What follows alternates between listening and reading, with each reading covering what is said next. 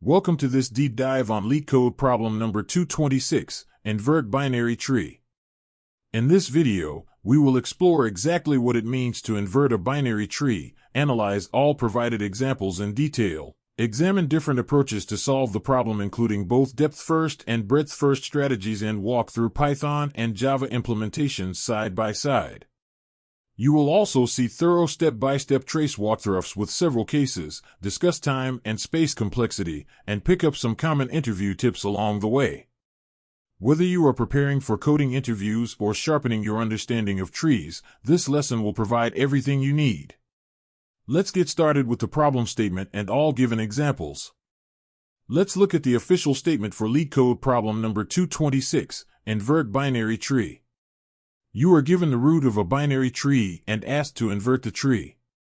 Inverting it means you swap each node's left and right child pointers throughout the entire tree.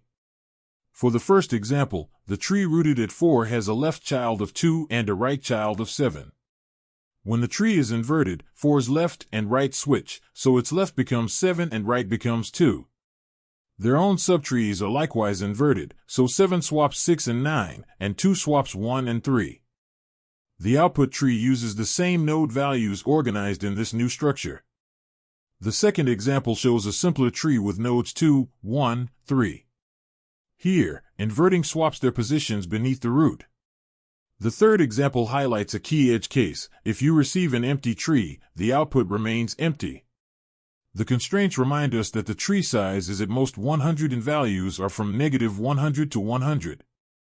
Key edge cases to always watch for include when the tree is empty or when it contains just a single node. In either case, the inversion operation does not require any swaps beyond returning what was given. There are 3 core strategies for inverting a binary tree in LeetCode problem number 226. The most intuitive method is recursive depth-first search, which fits naturally because each subtree is itself a tree to invert. This method has concise code but relies on the system call stack. If you are concerned about recursion limits or deep trees, you can use an explicit stack for iterative DFS. Alternatively, a breadth-first search with a queue processes nodes in level order and swaps child pointers as it goes. While BFS can be beneficial for very wide trees to control maximum queue size, its implementation is only slightly more involved. For most real interview settings and for clarity, recursion is preferred unless you know deep recursion will be a problem. Let's break down the recursive algorithm for LeetCode problem number 226, Invert Binary Tree. First, our base case ensures we halt on null nodes. If there is nothing to invert, we return null. Then we swap the current node's left and right children. Next, we recursively apply inversion to each subtree. Note that after a swap we want to keep recursively inverting what are now the left and right subtrees post-swap.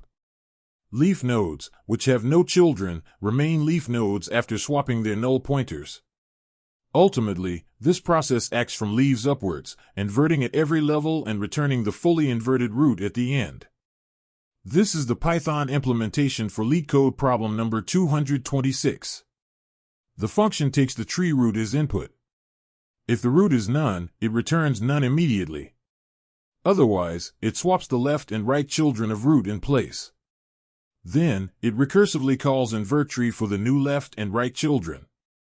The recursion ensures all nodes in the subtree rooted at root are processed. Each node completes swaps before descendants are handled, so leaf nodes simply return. Finally, the inverted root is returned.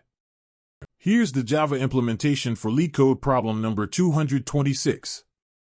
The method invert tree receives a tree node root.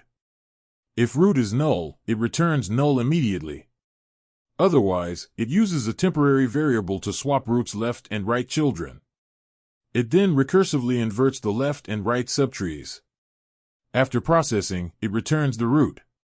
The overall logic and flow are identical to the Python version, but Java requires explicit types and parentheses in its syntax. Pay attention to the treenode class definition in Java, as every node must be properly typed. Let's break down the inverting operation for example 1. We start at the root node, 4, and swap its children. Left becomes 7, right becomes 2. Then, we move to the new left child 7, swap its children so 6 and 9 swap places. The right child 2 then swaps its children, resulting in 1 and 3 switching. The leaf nodes don't change since swapping null children has no effect. The entire structure is therefore inverted step by step. For example 2, the routine is even simpler. Swapping the left and right of node 2 is all that's needed. The leaves remain as is. Let's discuss the complexities.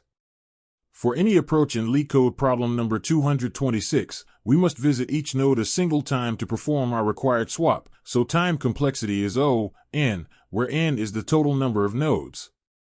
For space, the recursive method uses stack frames up to the tree's height, which is O, h. If the tree is balanced, h is about log n. In the worst case where the tree is skewed entirely left or right, the space used is O, n. The iterative depth first or breadth first methods keep this same order, using either a stack or a queue. Both are efficient and suit the problem constraints well.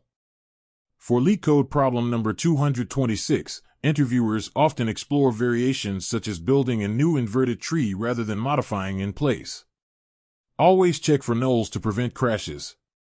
Be mindful of potential recursion depth overflows. For extremely deep trees, use an iterative approach.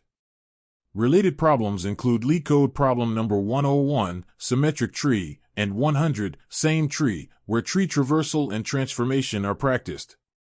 This problem is a standard favorite as a warm-up in interviews, as it tests recursive thinking and basic binary tree skills. Also, note, inverting a tree twice always yields the original structure.